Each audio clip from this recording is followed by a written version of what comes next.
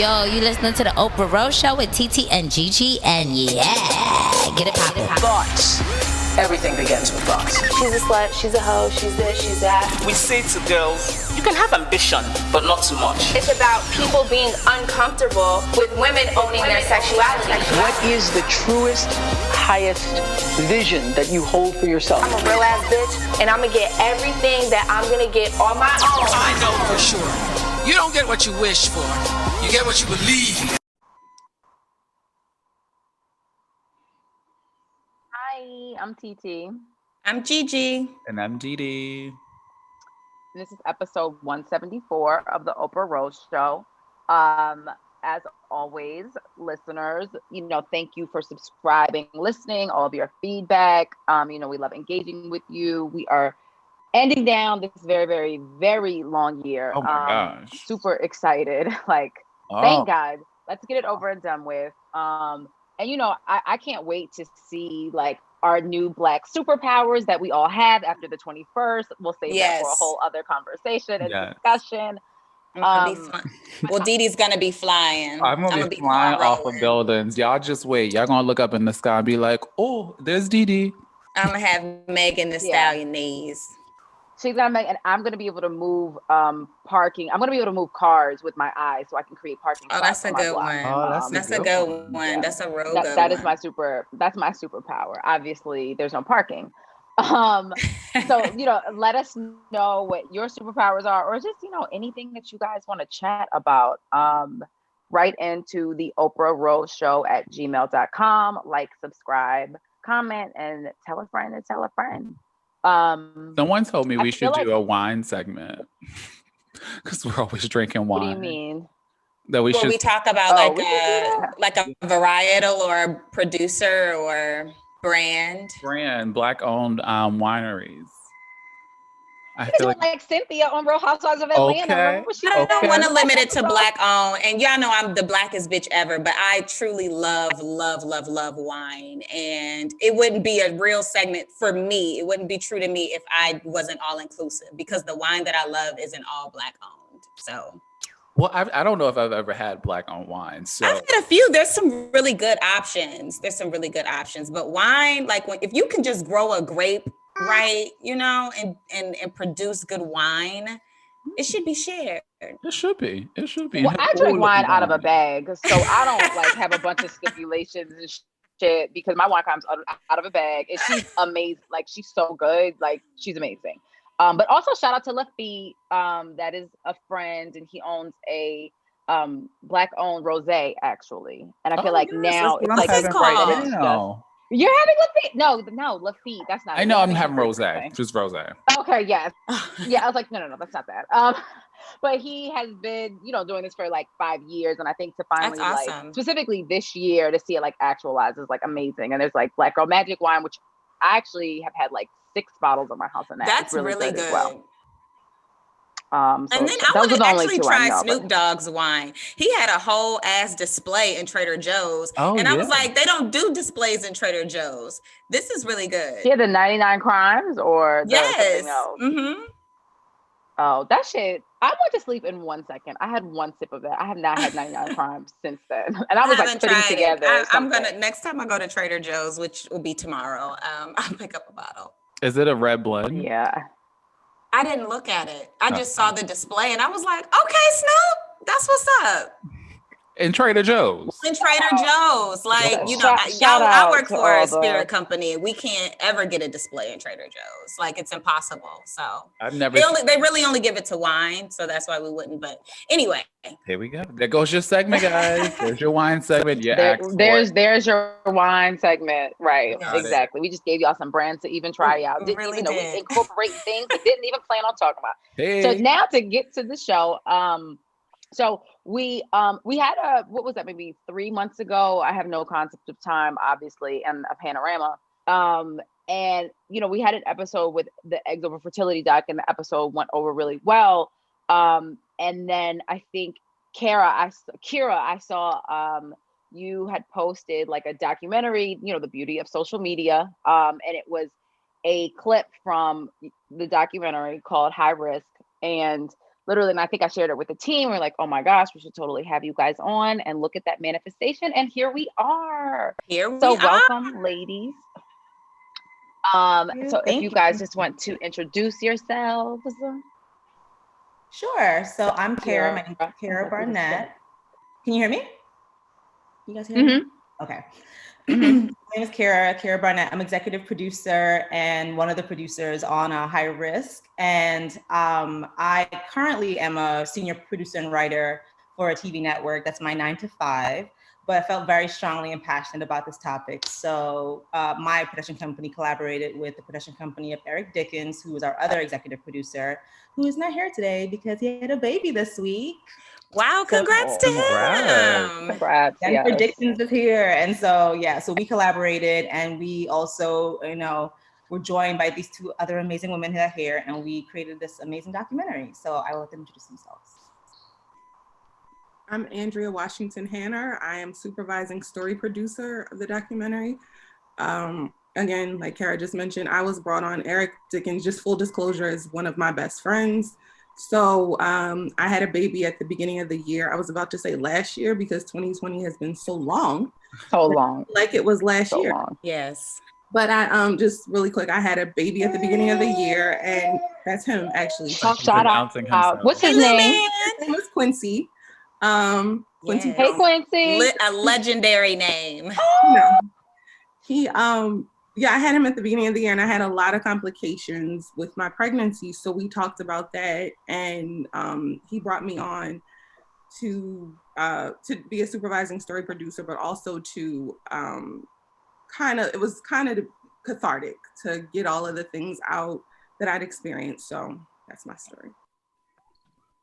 And I'm Jenita Bellamy. I am the supervising producer on High Risk Doc. I actually work with Cara at the same television network, 9 to 5, that she has. Wow. My role is in production management, which I love doing. And when she came to me with Eric, who we crossed paths years ago, talking to me about the documentary that they wanted to work on, based on personal conversations Cara and I have had, she knew that it would be something that would be of interest to me. So I was like, yeah, this sounds like fun. Let's do it. And it was my first documentary. It was an experience, to say the least, because so much goes into it's so different when you're working on a personal project as opposed to like a network project where the funds seem almost limitless. But we worked on it, and now we're trying to shop it, and it's looking good. And I'm excited and proud to have been a part of it. That's exciting. I'm excited for you guys. That is. So, and especially I think, Cara and Jenita, that being your, so that's what you guys do, like you said, in your 9 to 5.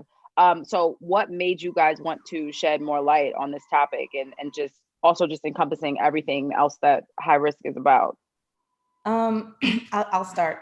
So we work at a network that speaks very much to our culture. So it's not so much that, this was an outlet for a voice that we don't normally tap into. So that being said, and I don't have children, I don't yet have that experience, but it was very personal for me. One, because I'm now in this phase of life where, and I think we all are, where friends are having kids or friends are starting families. And this is not a new topic, as we've discovered, but as you go into that phase, you kind of start hearing the stories of like, so-and-so had a miscarriage. So-and-so is trying, but they've been trying for a minute. Or, so-and-so had a baby, but it was really traumatic. And so once you hear enough of those stories, you're like, okay, this is not just a me thing or a her thing. Like this is happening to many of my friends. So now I really, really care. Now I want answers. And for me personally, my sister, who is my best friend in the world, she went through many miscarriage experiences and then also went through many unsuccessful IVF rounds. And now she has a beautiful son,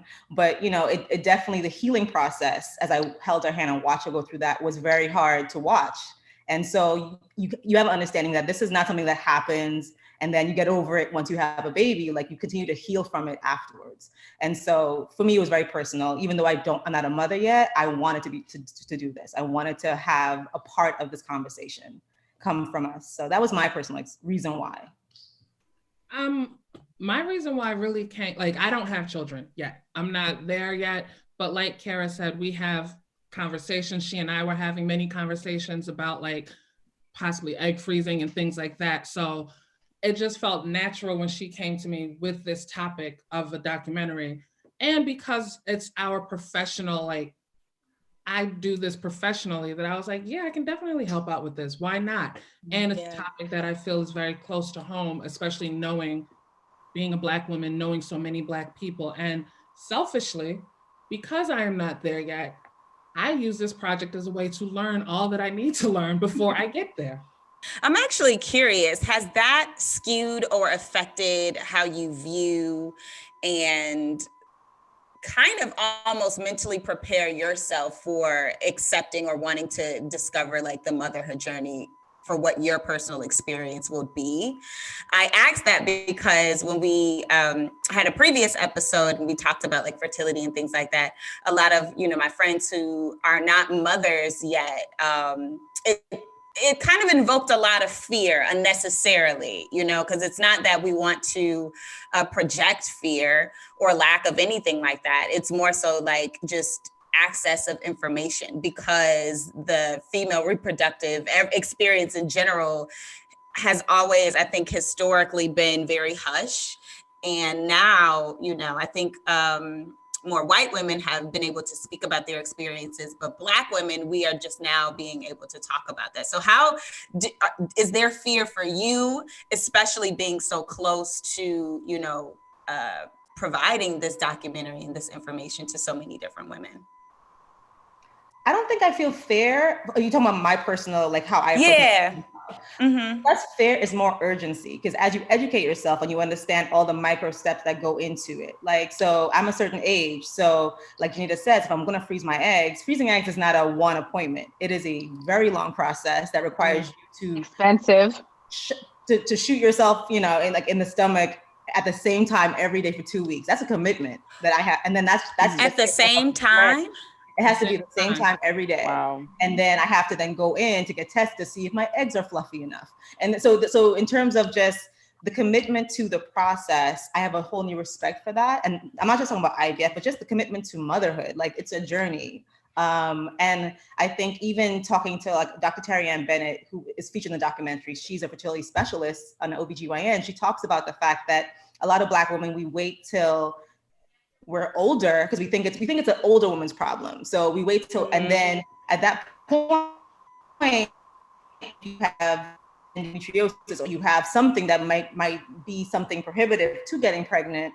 Then you have to start the process of addressing that issue before you even address IVF. So I think sometimes I realize now there's an urgency. Like, I need to get on it, and I need to take it seriously. If I want a baby 5 years from now, I start thinking about it now. So it's less fair, it's just more urgency and respect for the process for me personally. And also knowing that there's a tribe. I always thought like, oh, I'm gonna go in and float in on my cloud with my husband, and that's gonna be it. We're gonna come out with our baby. But like, you need advocates. Like, I want a doula. Yeah. I want a doula. I want my mother. I want my husband. But I want a village with me, so that I feel as much as I can that I'm supported and protected in the process. Yeah. I mean, for me, I wouldn't say it struck up fear. If anything, there's other TV shows that I've watched that y'all probably don't want to plug that made me be like, I'm gonna plug the show. Euphoria. Watching that show.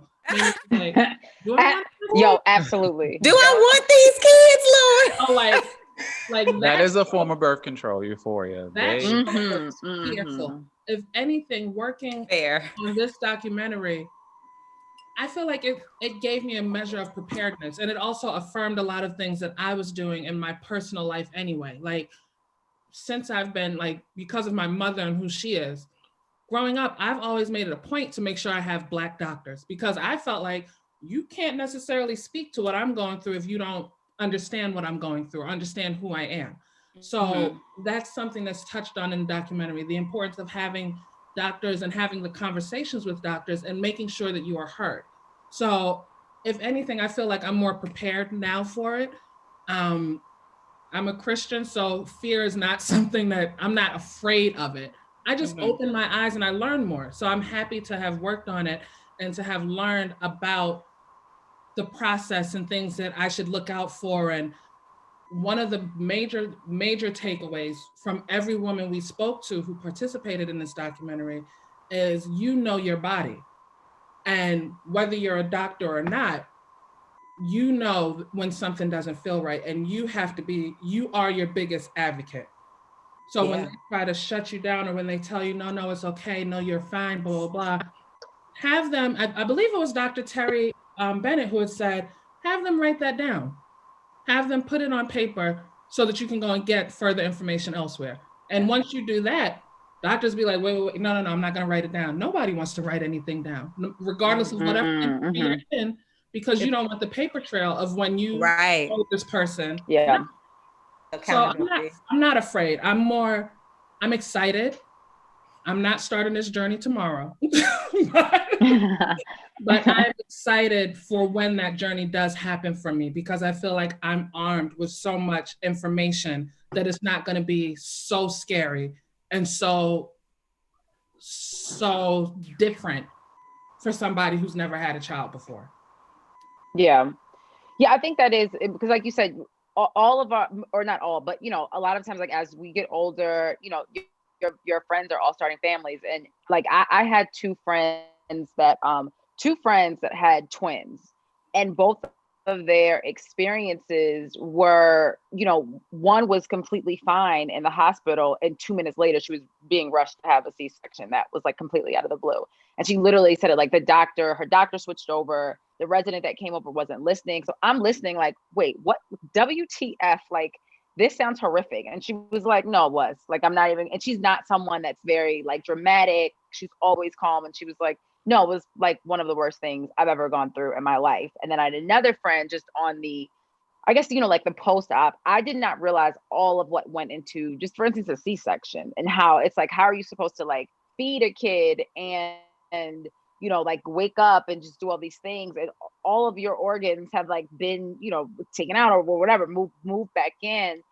And I was like, well, let me start doing more research on this. Like you said, I'm not planning this anytime soon. But and both of your friends were natural twins, right? Natural twins. Well, no, they both had C-sections. They both. Well, I mean, natural, like supposed to be.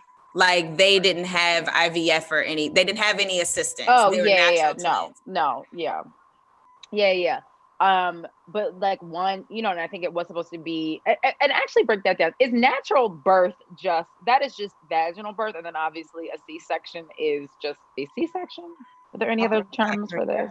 Andrea had a C-section, so I'll let you. I did have a C-section, and it was a surprise C-section. So let's talk about that. So I was pregnant. The whole time there was a planned induction. And I went into the hospital. I went to my doctor for my final visit prior to going in for the induction, and my blood pressure was through the roof. If you've seen Kim Kardashian's feet when she was pregnant with North, that is what my feet looked like. And they were like, crazy. So I went to the hospital. I was supposed to be induced. My doctor sent me immediately. I went, and I'm ready for my induction. I get prepped. I'm laying there. I'm then told, we're going to start the process. And then I had an epidural, which that's a nightmare story that I'll tell you. I don't want to scare you, but that was really, really bad. So I had the epidural. I would like to hear it a little bit. I'm like, why not? We have nothing. We're here. Yes. Okay. So, I had the epidural, and what happened with that was the doctor comes in, she preps me. They sent my husband out of the room. And I'm in there alone. I'm in a lot of pain. I'm ready to get the epidural. The doctor, she goes in and she tells me what she's gonna do. And then she asks me if a medical student can come in and observe. Oh. But okay. That's where it stopped. So you can't move. So she said, can she observe? But no, she didn't tell me that she was gonna use me to teach her. But while teaching her, she made a mistake. Oh, God. Stuck it in the wrong spot. Oh. But I can't move because it's an epidural, and you know how that works. Well, if you don't know, you're not able to move. You have to not able to. So I'm crying. I can't do anything. Your husband's not there. Does it again. I have a question. I'm raising my hand. I've never seen this happen. I've obviously will never have it happen. So when you say you can't move, is it just you're just sitting there and you're trying to stay as still as possible? You're bent over. As still as possible. You're basically, because if you move, is someone like holding you to stay still? Because I just might move. Not really. You're just positioned. From what I can remember, I just had to kind of sit forward so that my back would be in a position where they could administer. Yeah. So and it goes in your spine, or where does it go? Your spine. Okay.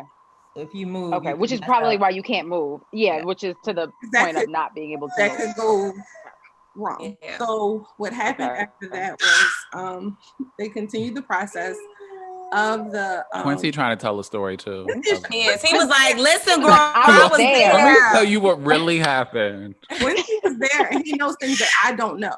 But what happened was, after that, basically, let me just fast forward through the story. There's the induction process. They continue doing that, and they tell me that his heart rate is dropping. They're like, he's swallowing meconium. Your body you're not dilating. We have to go now. So we have to do an emergency C-section. I'm completely unprepared, but right, because you just went in for the last checkup. This is a checkup. Well, I'm at the hospital. This is the induction, yeah. And this is literally what happened to my friend. She went in for her induction, and it was like emergency C-section. So, and then it's like, so my husband comes back and they tell him, so we have to move really quick. But I've eaten prior to this. You're not supposed to eat before a C-section. That really, oh my gosh. So I'm laying there, I vomited. He wasn't prepared they didn't tell him what he was about to walk into when I got into the OR. So he walks in and he Your husband. My husband. Oh. Everything, but he's not prepared because it happens so fast. And I went to one of the best hospitals in the country. I will not name it, but shall we know what name that is? We already know. Yep. Yeah. I told you where I live. So back to that. So fast forward, after that, I had preeclampsia. I kind of wasn't aware of that prior to that with the whole feed and the blood pressure. But what is preeclampsia? Okay, so it is a condition. I know, girl. I'm asking all the questions. But that's okay. It's perfect. But that's a part of why we're having these discussions, because people do not know. People don't discuss these things. No. You go into the hospital and then they come home with a baby. With the baby, yeah, right, absolutely. And you brought up Kim earlier, Kim Kardashian. I think when she had her second child, she had preeclampsia, and like, I remember her just saying it and being like, I don't know what that is, and kind of. Beyonce also had it with the twins. There are a lot of I'm sorry, Serena Williams. Yes, Serena Williams. She documented her experience too, and that was hard to watch for her documentary on HBO. And the scary thing, I'm sorry, not to interrupt you. Well, Andrea probably had to but the scary thing about that is, about this documentary and going into it, these are women whose tax brackets I have not achieved. Right. Yeah. Mm-hmm. Right. Making mega millions. It's freaking Beyonce. Right. Mm-hmm. If they're going through these traumatic birth stories and it's happening to them, then you know for a fact that it's happening on the level of the common everyday woman. Absolutely. Right. Absolutely. And that's what makes it scarier. And it's not that. Go ahead. No, go ahead. I was just saying, like, to piggyback on Jenita's point, we have a woman in the documentary who is a very highly ranked talent executive at a network. And she made the choice to have a baby on her own. She had lost her mother and she felt just inclined to like carry on the legacy by having a baby and she wasn't in a relationship. So she became a mom, and she went through IVF, and she talked about being there with her doula by herself. So no father in sight, and the treatment, just grabbing her arm and putting IVs in her arm. A doctor walked in, didn't address her, thought that her water hadn't broken, puts his hand inside her, breaks her water, and walks out the room without addressing her. And so, of course, her thing is like, is this normal treatment? Is it because I'm a single mother sitting here? But so just the fact that it doesn't matter how much you make or where you rank, it's just a matter of you're just a face. Yeah. Yeah. Human decency. Right. And that's what I was going to say. It should not matter. Like you said, these things are happening to, like you said, women that are in a completely higher tax bracket, women that if they walk down the street, 90% of people are going to know who they are. Like you should not receive better treatment from someone else because you don't know the rest of the backstory. Like that is crazy. And I go to the doctor just for a checkup and I'm like, oh, they have a horrible bedside manner. I'm never coming back here. So I cannot imagine like a dentist, I don't care where I go. Like my laser lady, I changed her, and I was like, she's cold. Like, don't like her. I need a lot of. You can have a really good imagine. OBGYN, like even if you had like a black woman doctor, when you get to the hospital, like that doesn't mean that you're going to see your doctor immediately. Like they usually don't come until it's time to really push if you're having, or unless you're getting a cesarean. Like you are the nurses, the PAs, you belong to them. And that is the scary part because you don't know them. You don't meet them until your day in the hospital. But is it, am I No, you're right. Okay. And for me, I had a team of about 5 doctors. So I had to meet them throughout the process. And my doctor, actually, my main OBGYN was pregnant. So she went out right before I had my baby. So the night I got to the hospital, I had the doctor I did not want to get. He was on, but thank God I was delayed, so I didn't get him. But that's one of the things I was going to say, just to kind of go back. When you were talking about bedside manner, it's so important to have a good rapport with your doctor and to feel comfortable. And having Black doctors, for me, I will say I was not mistreated in the hospital at all. I just had a really hard experience. I had a lot of complications, but 3 Black doctors saved my life. They stepped in, and I get emotional when I think about it sometimes because so many things happened. And one of the doctors came in and told me that one of the procedures they were going to do, they stepped in and did because of looking at my vitals and the things that were happening. They stepped in, and because of the high mortality crisis for Black women, they stepped in and did that. Wow. And when I think about that, it is a little overwhelming because people don't realize just how important that is. You have to advocate for yourself and be a patient at the same time. I was blessed to have a husband who is vocal and who was paying attention, but not everybody has someone in the hospital with them, like the woman from the documentary that Cara was speaking about. She had a doula, but some women don't have that. They don't have anybody. So imagine being in distress and having to think for yourself and make sure that you're being listened to. There was a situation where I was allergic to a medication and nobody documented it, and they kept giving it to me. So if I weren't paying attention, I mentioned that. I was getting lumps on my arms from it. It was really bad. But you're always thinking. So even if you're getting the best treatment and you like your hospital and you like the doctors, you have to always be on. And that's a pressure that other people don't understand. Other cultures do not necessarily understand.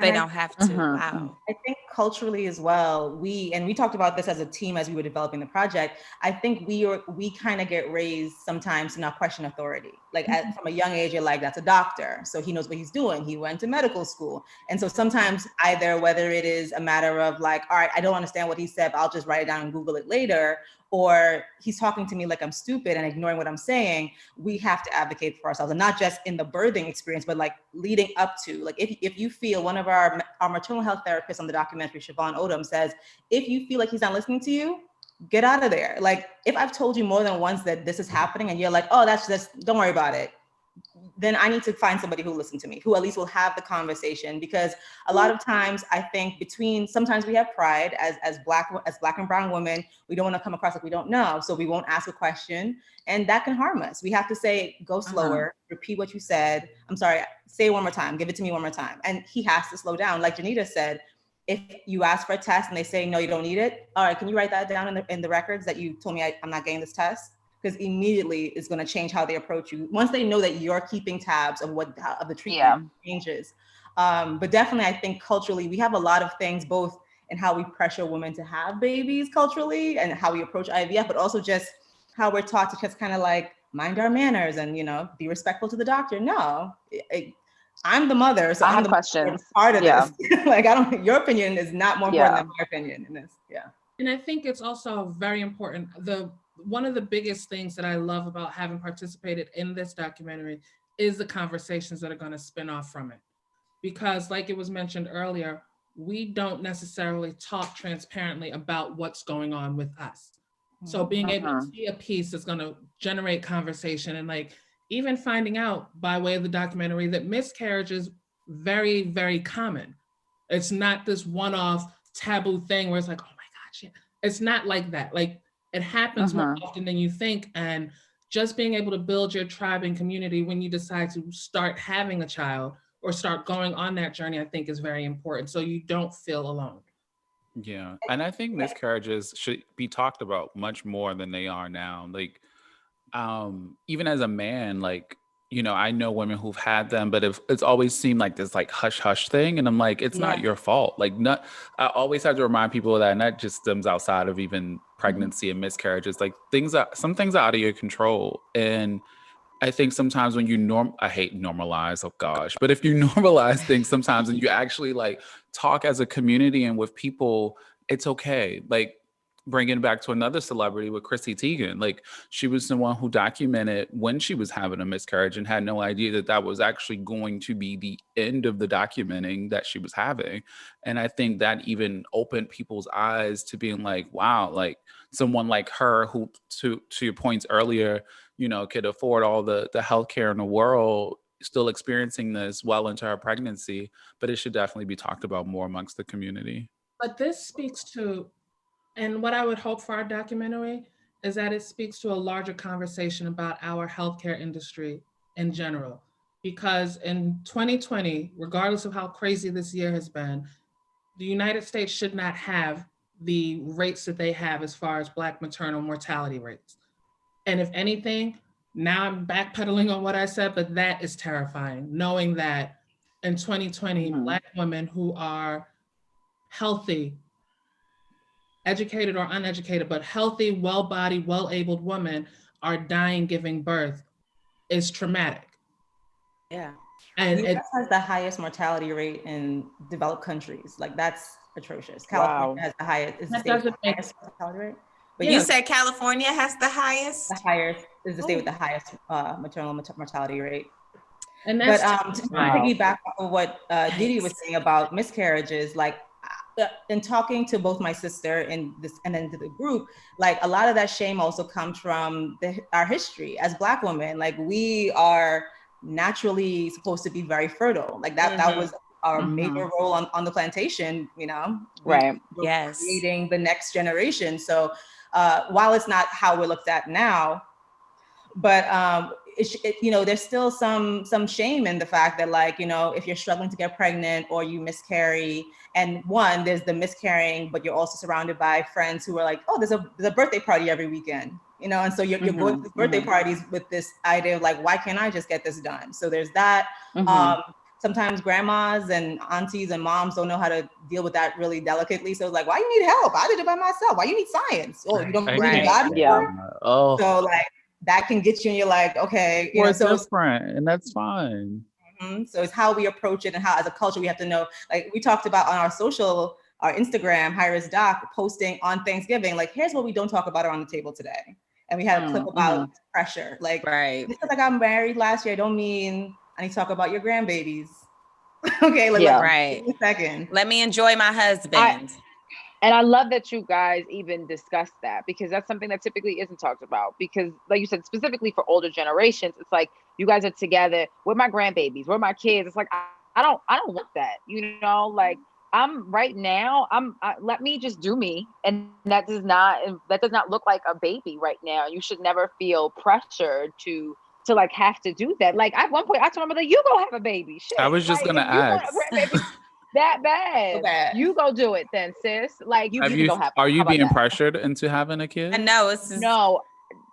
So honestly, it was like, I think it was maybe 2 or 3 years ago. And I literally said to my mother, I said, I could go have a baby with like any man. And it could be that baby, we don't know the man's history. And that could be a little crazy ass little baby. And Lord knows I don't have the patience for that. But like, I would think, Mom, like you would want me to have a man, you know, that I have a relationship with, and you know, and that we're building a life together. And she was having this conversation with me when I was not in a relationship. And since then, she's never asked me again. Put the bottle. What did Wendy say? Fasten. Yeah, fasten it. Fasten it. Put a fasten. I put a fast on that conversation. I heard that. I have not had that conversation since. But what if you didn't want to have kids? Period. What if that was not a part of the plan? Right. Not ever considered. What if I've decided? I mean, and that goes to marriage, children, whatever. Your life is your life, and I think culturally, people don't know where to draw the line with questions, because the same way that they ask those invasive questions, if you were to then come to them and say, I don't know, why don't you have a husband? Whatever it is. Or why do you have 10 Right. Now you're disrespectful. Then you're disrespectful. Right. Why you still with him? For me, that bothers me. You still with that bum, sis? So that's the thing. I don't understand why people think that that's okay. And then when you respond like the way that you said that you told your mom, you said, why don't you have a baby, or whatever it was that you said, then people jump back and they look at you like you're crazy. But it's you. Right. It's like, we're not doing this question. Yeah. Or suppose like we were just talking about. Go ahead. Yeah, I was going to say really quickly what we were just talking about with the miscarriages, like that. I'm sure it's very triggering for someone that is trying. It just has not, at this point in time, has not been able to conceive a child. And it's like, I am trying. And now you're bringing this up on something. I think I remember in Gabrielle Union's book, she mentioned that a lot. Like people are like, oh, you're not having kids. And it's like, she's like, I've had multiple miscarriages. One of the most painful things that ever happened to me. I had a miscarriage 2 years ago. And after that happened, no one really knew. I was out at an event with some people I knew, and somebody asked, so when are y'all gonna have a kid? So I laughed it off. I brushed it off. It was right after. And then the person said, well, I mean, I can be your surrogate if you want. What? Yes. Much. So these people are very inappropriate, and they thought that was a joke. I was just gonna say they probably thought it was like them being funny, but There's like nothing in that funny. Yeah. Nothing is funny about that. No. I will say making this documentary has made me much more sensitive. I never made those jokes, but I'm very like, even with my sister, even like after the fact, I'm like, is a conversation started? Like, I'm like, did I ever do anything that like triggered you? Like I wanted to have the conversation more. So that's what I'm hoping this documentary does, is like moms and daughters and friends can be like, hey, I never asked you about what happened when you went through this phase. You all right? Like, you want to talk about it? Yeah. Even like Black men, like we were surprised at how many Black men, even watching the trailer, were like, woof, just because the birthing experience is centered on mom and baby. You don't think about postpartum depression happens to men as well. Sometimes that was I saw that clip, and that was such like a whoa factor for me. I never even considered that, and that could totally have been the case for my child's dad. And I didn't even think about it. I'm so caught up in my own.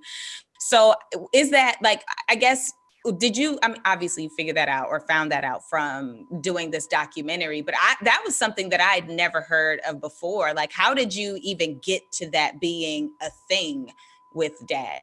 Well, I love this documentary because, like we said, we talk about miscarriages, we talk about pressure, we all talk about birthing, but we talk about the aftermath, like what happens after, because people think postpartum means depression. Postpartum is just the phase after you have a baby. Right. Things that happen. So depression is a small part of it. I actually think that. I did not know that until recently, Dee. Like, I did not know. Yeah. We learned too. Didn't know. We featured a therapist and a licensed family therapist on our documentary that talk about the relationship. So think about the man, like Andria's husband, who watches his wife get wheeled into a C-section or walks in on a C-section, and what trauma he deals with in like knowing that his wife's life is on a table and no one even asked him anything. And so they as a couple have to heal from that afterwards. We talk about the Black man, like something as small as your husband or, the father of your child, he works out every day. That's his mental health is working out. Now there's a baby, y'all are barely showering, and mom feels like a feeding machine. So she can't really help or support. He can't leave to say, hey, I need an hour in the gym just to get my mind right, because that looks like selfishness. So he's just in the house with you. And so he might see you going through depression. He doesn't know how to help. And so there's this kind of like tennis match of like, nobody knows how to help the other person. So we talk about that in the documentary about what real. Depression looks like. That's very real. And she says, a lot of times it looks like he just doesn't connect with me, or he doesn't desire me anymore, but he just is depressed. So we gotta talk. Sometimes it helps to go to a therapist afterwards as a couple and say, like, let's talk about what we just went through together. Yeah. I was gonna say, how do you get to that? Yeah. Sorry, go ahead. Sorry, I was just gonna say you're thrown into those roles right after you have the baby. There's no in between, and then there is really no as a part of the postpartum visit. You get one visit with your OBGYN after. That's it. There's no mental health check-in, really. You get a little sheet at your child's visit where you check off some answers. And honestly, the questions that they ask, you're not going to answer them honestly. I'm going to say you're not, because what's going to happen? Are you going to take my baby away if I answer these honestly? That was my That's real. honestly, and that is the experience of the women that we spoke with. Everyone feels the same way. You do not feel comfortable answering that, whether it's the worker that comes in the hospital, because they just pop in and ask you questions and you're like, what is the goal in that? So there's really no proper care for parents after they have the baby. You're just kind of thrown into these roles that you're not fully prepared for, and you're just learning on the job. But your emotional health takes a back seat. You're not real, because you're completely focused on this little person. Yeah, that's a beautiful thing. So it's okay, as we're trying to normalize the idea of like, it's okay to ask for help. Like, I understand why most women would lie on that form, because historically we get labeled as bad parents and children get taken away. So you're like, no, I'm good, I'm fine, I don't need any help. But that's strong. We gonna figure it out.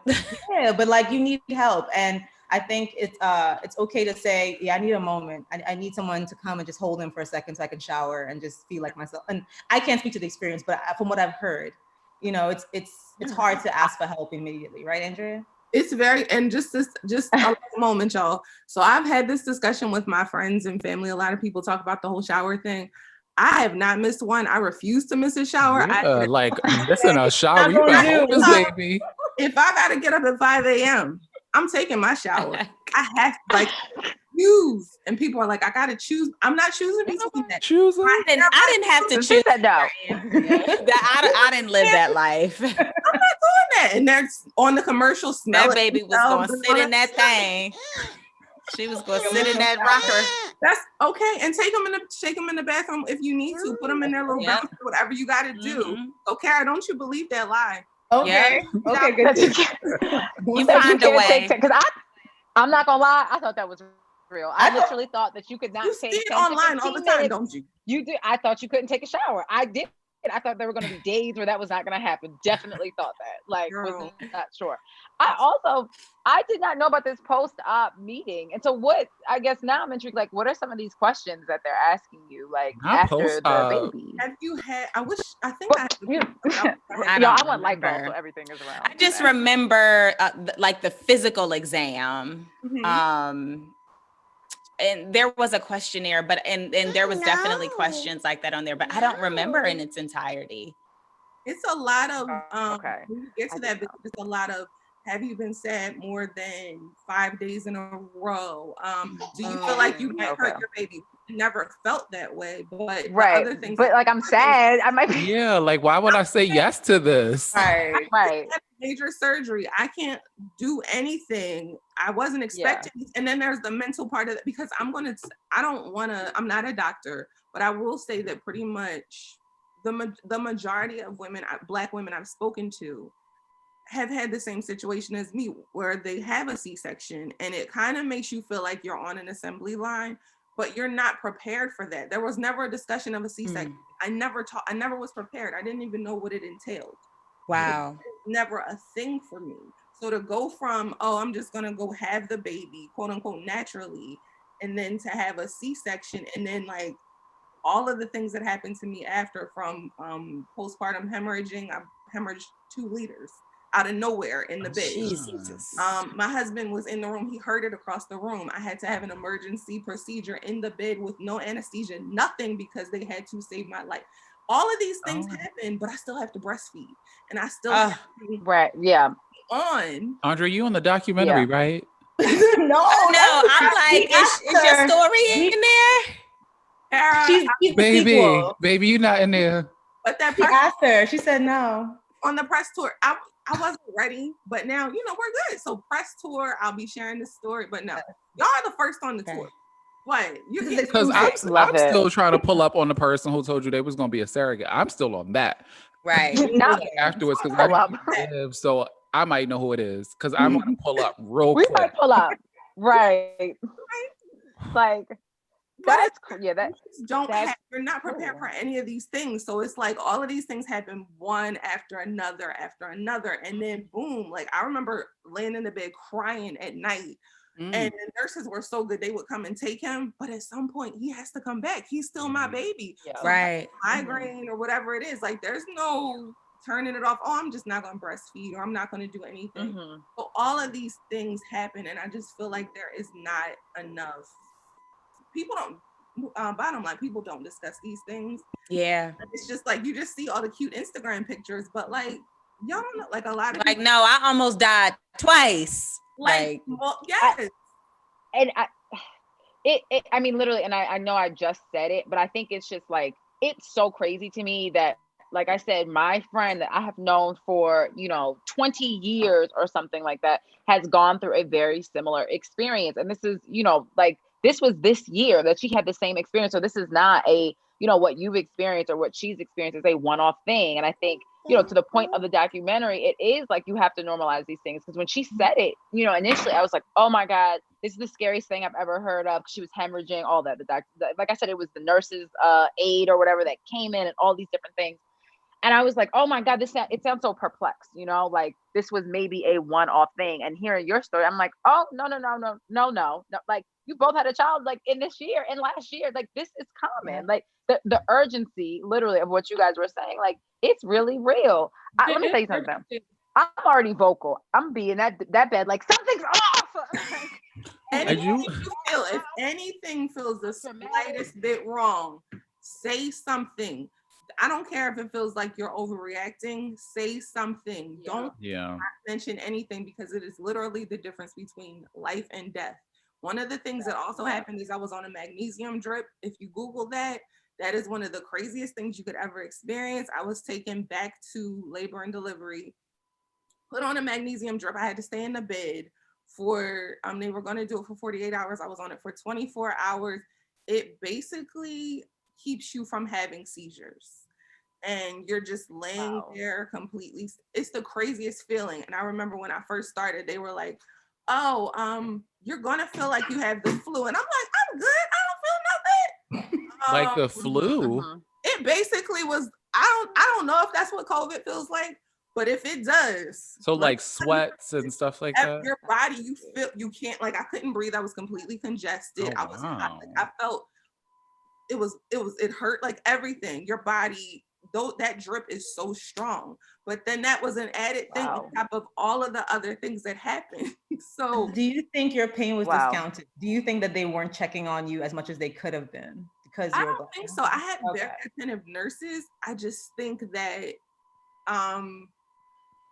it was like whatever could go wrong did go wrong with me. I think that my preeclampsia was not detected as early as it should have been, because they called it postpartum preeclampsia. But when I look back at my pictures, I remember my mom used to be on FaceTime, like a little scared about my ankles and my feet. Like, you're really, really swollen. What's going on? I don't know what's before you gave birth. Like, I gave birth. Okay. And like, I remember the first time she got a little nervous was in August. And she made me change my shoes. She was like, you got to put these on. These are a little looser and flatter, because she could see it. And my doctors never said anything. So I don't know if they just thought my blood pressure was a little elevated, but I think that there were some things that could have maybe been detected earlier and prevented, but I'll never know. Yeah. I will say this, and they advocate for saying something. Tiffany, who is in our documentary, who is an amazing woman. She has an organization that was inspired by the loss of her baby boy. But her story really comes from the fact that she is the wife of an ex-NFL player, and amazing and highly regarded. They lived in Texas, so he was playing for the Cowboys at the time, I believe. And so just really, really short, like points where something went wrong. She was having spotting, so she went in. They had to have an emergency C-section, and she remembers as they're prepping her for surgery, nurses talking to her about the Cowboys. First red flag, like, what are we talking about? Why are you prepping me? You're talking about football. And then on top of that, she has the babies. Of course, they're premature, so she's monitoring them very closely. And she herself is darker complexion. Her husband's lighter skinned. So the boys, were lighter skinned, and then one of them turned very dark overnight. And she remembers saying, excuse me, something's wrong with my son, like his complexion is off. And the nurse says to her, oh, that's what happens to Black babies. Black babies do that. And disregarded it. And then that night she got a call from the specialist who said, oh, I heard you inquiring about his color. Actually, he does have something wrong with him. Something was wrong with him.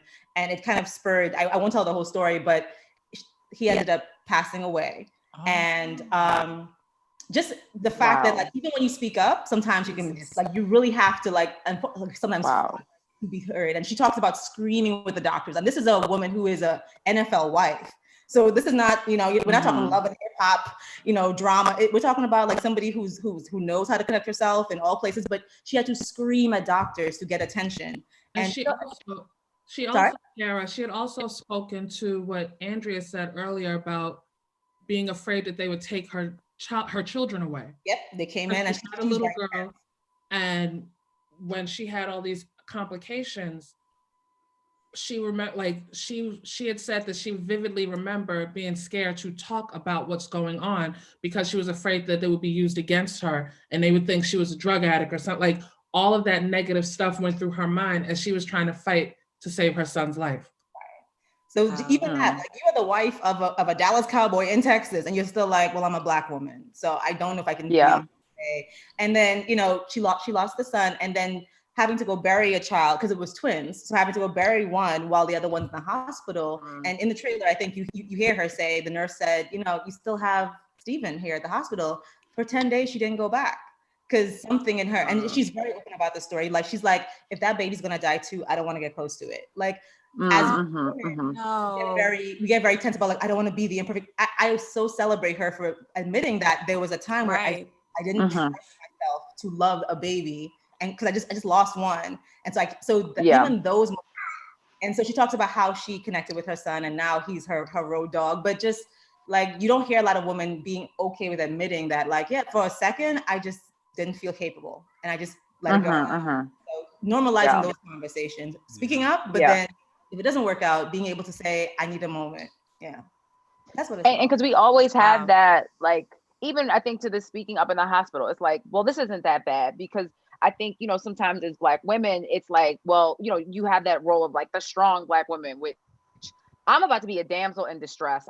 I am very much the like, I don't ask for help. I got it, superwoman. But like, I'm about to throw all that to the wayside because this is just, we have to find the balance basically of, like you said, advocating for yourself, but sometimes not like, being open, just to being like, this is what happened and this is what I went through. Like, we don't always have to be strong. We don't always have to have it pulled together and have all the answers and have the next steps. Because I mean, I don't know, because I can only speak from a Black woman, but I don't know if any other race goes through this and has to even think about these kinds of things. The fact that we're even sitting here having this conversation, I don't know if another race of woman would even have to think about this type of stuff. I would just guess that it's a no. I don't know, but I think as the race that historically from Marion Sims, where he the father of gynecology, where he would experiment on slave women without anesthesia, I would say we're the ones that are the most traumatized. We're the ones that have a marked history of being used as lab rats. So we're allowed to feel a little bit more, you know, hesitant and trusting. Yeah. Oh my goodness gracious. But the documentary is, it covers tough topics, but I don't want anybody to feel like they can't watch it. Like, it's not so heavy that you're not going to want to sit down and watch it, because you do learn from it. And there is hope in every single one of these stories that these women share. And you take away a lot from it, like learning the conversations you need to have. One of the things that Dr. Terry Ann Bennett had said that I never even thought of before was, when you go into your doctor's office, like when you go to a doctor's appointment, have your list of questions. Yeah. And then the doula confirmed it. So I know God is saying, make sure you have a list of questions. But the doula confirmed that, like, the importance of the doula is when you're speaking to her about what's going on with you, and your doula attends the appointments, your doula will trigger, remember to ask this. Remember you had such for the past few days and blah, blah, blah.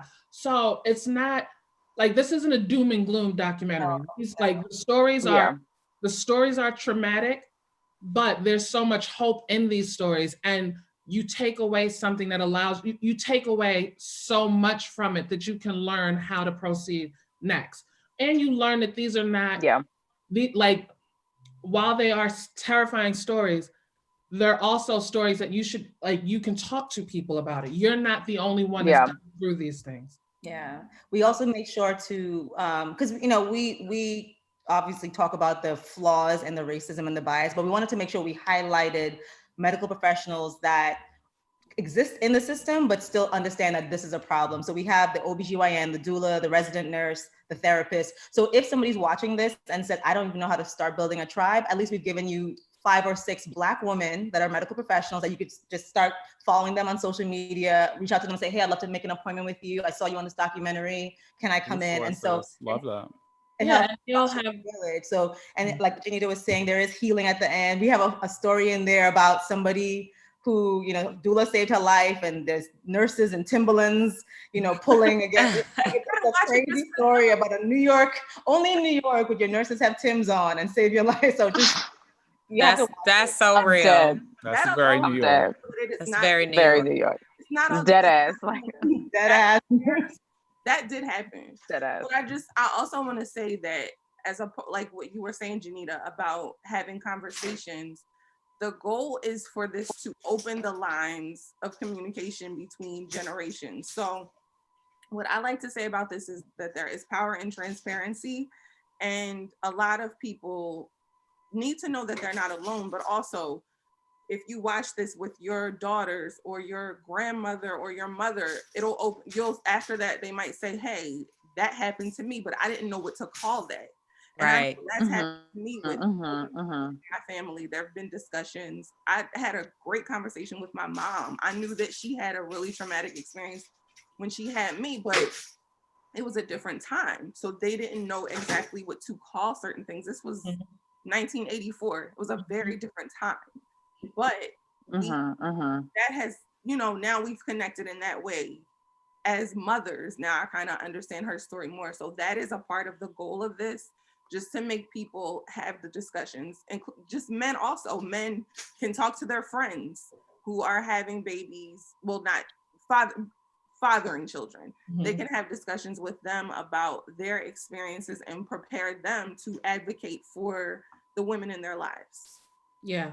When I was talking to my mom about the documentary, literally before I got on the phone with you all, she was like, it's really good that you worked on this, Jenita, and blah, blah, blah. And she was like, if I would have known back then, I don't know if all of y'all would have been alive, because I'm one of 4. So when I had brought it before, she was like, she said, Black women are still dying at ridiculous rates. She said, I had to be young and dumb, because I would not have kept having y'all knowing that this was happening. That's where I'm at with it. I'm really on a one and done. I'm like, oh, women is really out here dying. I got lucky the first time, might not be that lucky the next. Who knows? Oh my gosh. One thing Dr. Dunkley says in the documentary is like, don't let this steal your joy though. Like, like don't let the fact that we gotta armor up and go in there and fight, like take your village with you, but enjoy the process. Like I'm sure, Gigi, I don't know what but you seem like you didn't have a traumatic experience. I'm not sure. I still did. Yes. I did. Yep. But I hyperreacted to my induction medication. Oh no. And had to basically scream. Well, I was too busy laboring, but my boyfriend at the time, my daughter's father, had to go like hunt down and find the nurse and the person like caring over me to see what was wrong. But really, I was like contracting at, I think like a level 9, but I'd only dilated 1 centimeter. My body was overreacting. So, and then that kind of catapulted a whole lot of other things, but we're healthy. We came out good. So I can't complain, but yeah, for me, it was also a traumatic experience. Yeah. My point wasn't, my point is moved then. What I'm saying, one thing with your point was one of the women, I'm sorry. No, I was saying, I was agreeing with Cara. Cara said, don't let it steal your joy. Yeah. One of the women in the documentary recently had a beautiful, chunky little baby girl. And her pregnancy, from what I understand, was not all that traumatic. She had a smooth pregnancy for the most part. Labor was rough, but from my understanding, I imagine labor is rough anyway.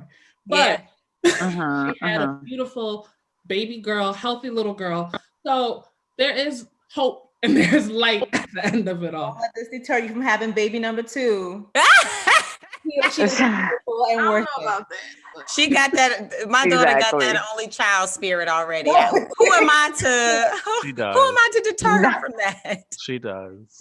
Not only child spirit, she does. Mm-hmm. No, I think everything. Honestly, I mean, just like we have not seen the doc in full, and just even this conversation, like I feel like every 5 minutes I learned something new, and I definitely didn't feel like defeated or like fuck them kids. Like it's just. Like you said, I feel like I'm more armored with information that when I do go in and when this does become a part of my journey, like you said, I have my village and like knowing, because I know me, I would as dramatic as I am, even as I said, I'd be like, well, this is probably normal. And my heart is racing and it's probably something that should just be happening where it's like, no, you should probably say something about that. Like that's not, or whatever it is.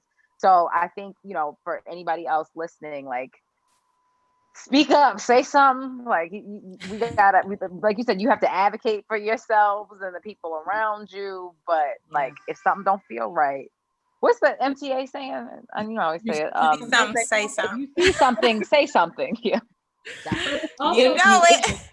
One of the other beautiful things about the documentary is that we also speak about the use of science to help you bring forth that beautiful baby that you wanted. Because I feel like that's also, and we did address it in the documentary, it's also something that's a bit taboo in our community. And it doesn't have to be. People are having babies via IVF all the time. And we have a lovely couple who documented their entire journey with IVF. And now they have all these cute little girls people have. Yes.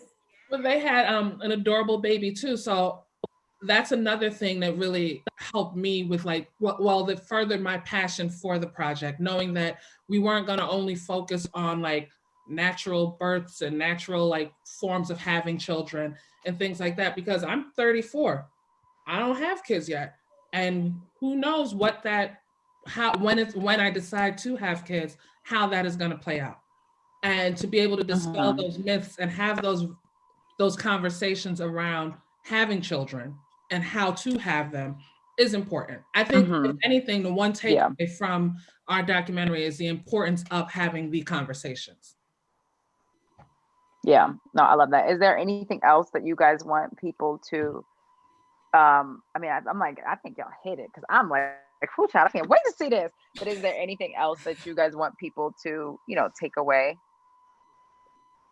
One thing just that was important to me, and this is kind of like going back to the beginning of why I really wanted to. So I remember in the height of Black Lives Matter, and we're still in the height of it, let's be honest, but in the summertime of this year, there was a post about Black Lives Matter, and somebody in the comments was talking about maternal mortality. I think it was right after Shasia Washington's passing, so in July.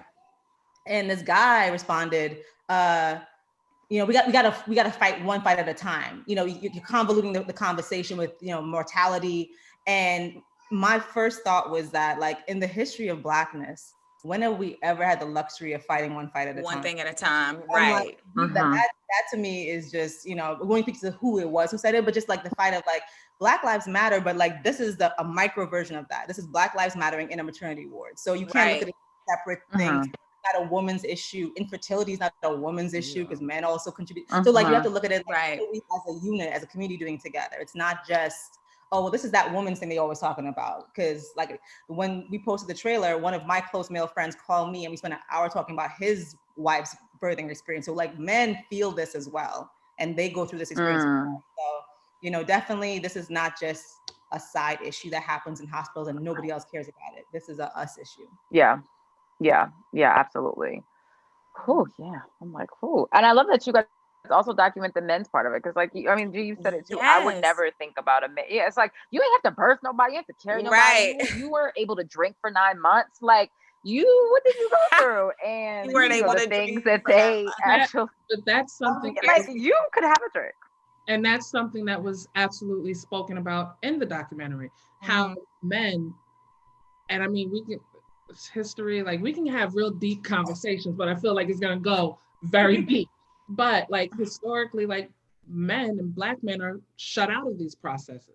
Yeah. And the more you shut them out, you can't, like, it's odd for you to be upset that they now, okay, well, you didn't want me to do it in the first place. Now you want me to do it? So like having those conversations and having the men be a part of it was really like that might have been my favorite shoot day, because I feel like women, like I said in the beginning, Cara and I have had conversations, neither of us having children yet, but having conversations about, oh, well, you know, I'm thinking about freezing my eggs and blah, blah, blah. But to hear the men's side to it and what they think about it and how they want to support their wives or their girlfriends or their fiancés, and honestly, how scared they are about it. Because it's so like, everything is so centered on mommy and the baby that you forget the baby came because daddy was like, there was somebody you get there.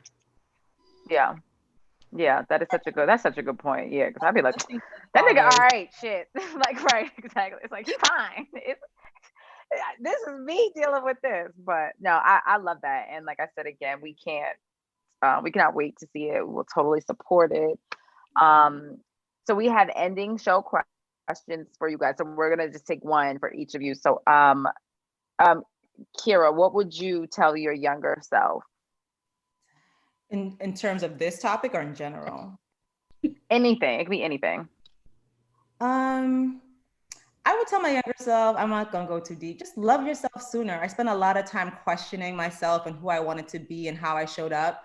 And I'm in a place now where it's so unapologetic and I'm having like the best time giving. Yes. So like, I wish I got into this place. So get to the point of just like settling into yourself a little sooner, because it's so much easier. Yeah. Love that one. Love. Child, if I go back to high school, I'm giving all them girls hell. Like, but you know that was the time too. That was the time. I played. Had I known what I know now, child. Right. I can't. Oh my God, I cannot.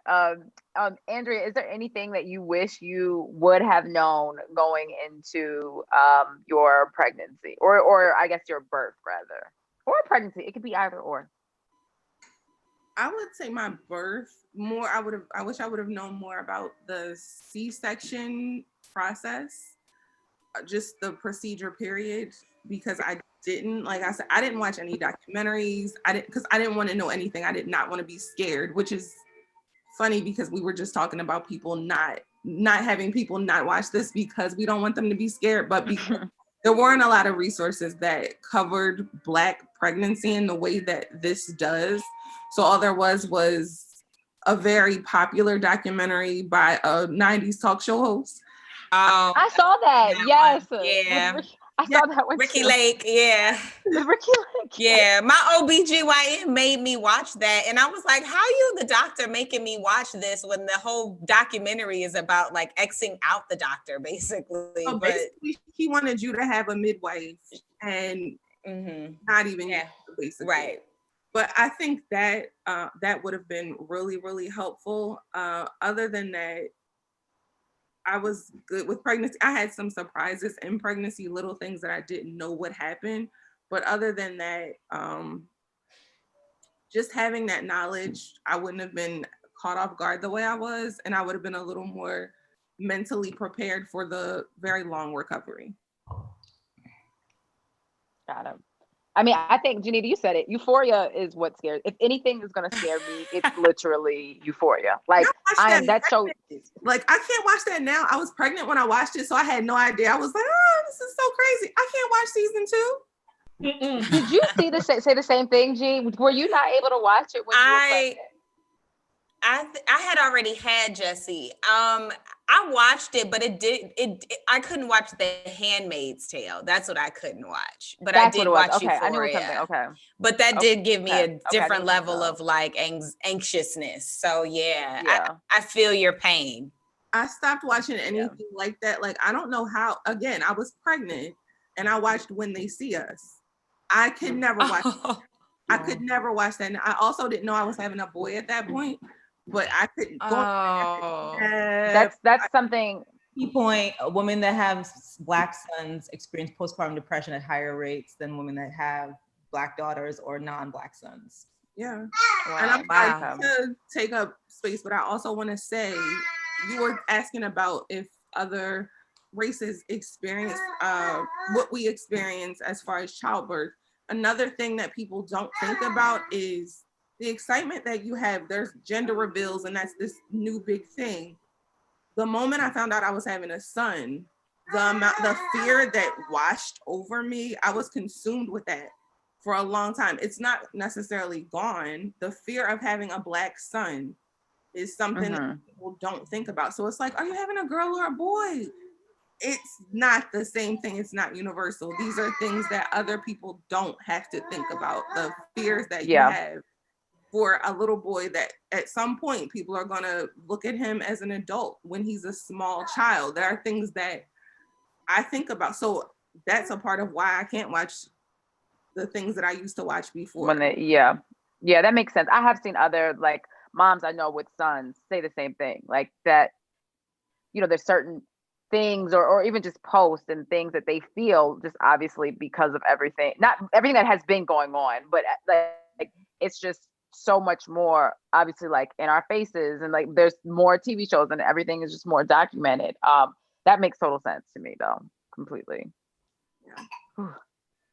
Thank you. And then Jenita, what do you know for sure? Like, you know, God is love. I'm getting superpowers on the 21st and I can't wait. What do you know for sure? Shoot. I for sure know that I do not know everything. I know that honestly, God is in control. And as long as I let go and let God, that everything will work out according to the way it's supposed to work out. And either way, I will be fine. That's what I know for sure. That when all is said and done, I will be fine. Yes. And then right behind you, you have God is within her. She will not fail. In the background. In the background. Right on the right shoulder, sister. Message right there. I love it. And so we end the show with a quote, and it's, "Dear Black girl, specifically, I beg you, do not shrink yourself, do not give into imposter syndrome, and do not play small. Yes, you are in the room because you're supposed to be there and because you're the brightest star in it." So shout out to Janae Brown. Saw that on her Insta tweet the other day. So, and I think that kind of goes into, you know, everything also that we were just speaking about. Ladies, thank you guys so much for coming on. Where can people find you guys?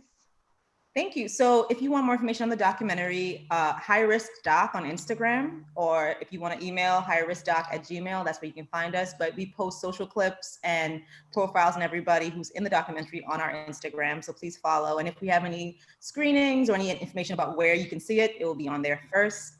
And I am created by .Cara on Instagram as well, if you want to follow me. I am at jbella0926 on Instagram, and my regular name, Jenita Bellamy, on Facebook. I am at Andria84. Let me say that again because I don't know if you can hear over Quincy. I am at Andria84, and it's Andria, not E. Okay, ladies, thank you so much. Thank you so much. This was so informative. And thank you for sharing. Informative. Too. Yes, thank you for your vulnerability. Yes. Thank you for your, yes, absolutely. I'm still trying to pull up on people after this, so let me know after this. You ready? He gonna have his wings, so he'll just be able to fly over there real quick. Right. Remember, on the 21st, I get to fly, so I'm. And I'm gonna be moving him across the room. The second I see somebody about to say some slick 21. Shit. No more. And I'm gonna be like, my eyes just gonna be like. So wait, guys, what time at 12? What time tomorrow? Because tomorrow is the 21st. So what time? Oh, it's tonight. It's at 11:59. Okay. All right. Cool. Yeah. Oh, it's gonna hit us. Okay. All right. I gotta get ready. I'm gonna drink more water. She said I gotta drink more water. I really gotta drink some water too. Let me get prepared. Meanwhile, right, and I was like, I'm gonna go make a apple cider mimosa, and I'm gonna still continue to drink my water, but we gonna do both. Do have the other one, by the way, if you. Oh yeah, okay, honey. Shout out, guys. We also said we're gonna do a whole episode on Trader Joe's because we talk about Trader Joe's. So it's like the only thing I tweet about. I would love to come back. He does, but we're not gonna do that. I'm just saying. I mean, you can come back for the Trader Joe's episode now. No, Absolutely. I'll have everything laid out, and we can do a tasting virtually. Just let me know. Okay, we got to get in Done. contact with corporate. They need to cut the check. Say less. Hey y'all, what's up, Trader Joe's? I'm manifesting that. Not the All right, ad so voice. bye. I love it. Bye. Yo, you listening to the Oprah Rose Show with TT and Gigi, and yeah, get it poppin'. Thoughts. Everything begins with thoughts. She's a slut, she's a hoe, she's this, she's that. We say to girls, you can have ambition, but not too much. It's about people being uncomfortable with women owning their sexuality. What is the truest, highest vision that you hold for yourself? I'm a real ass bitch, and I'm gonna get everything that I'm gonna get on my own. I know for sure. You don't get what you wish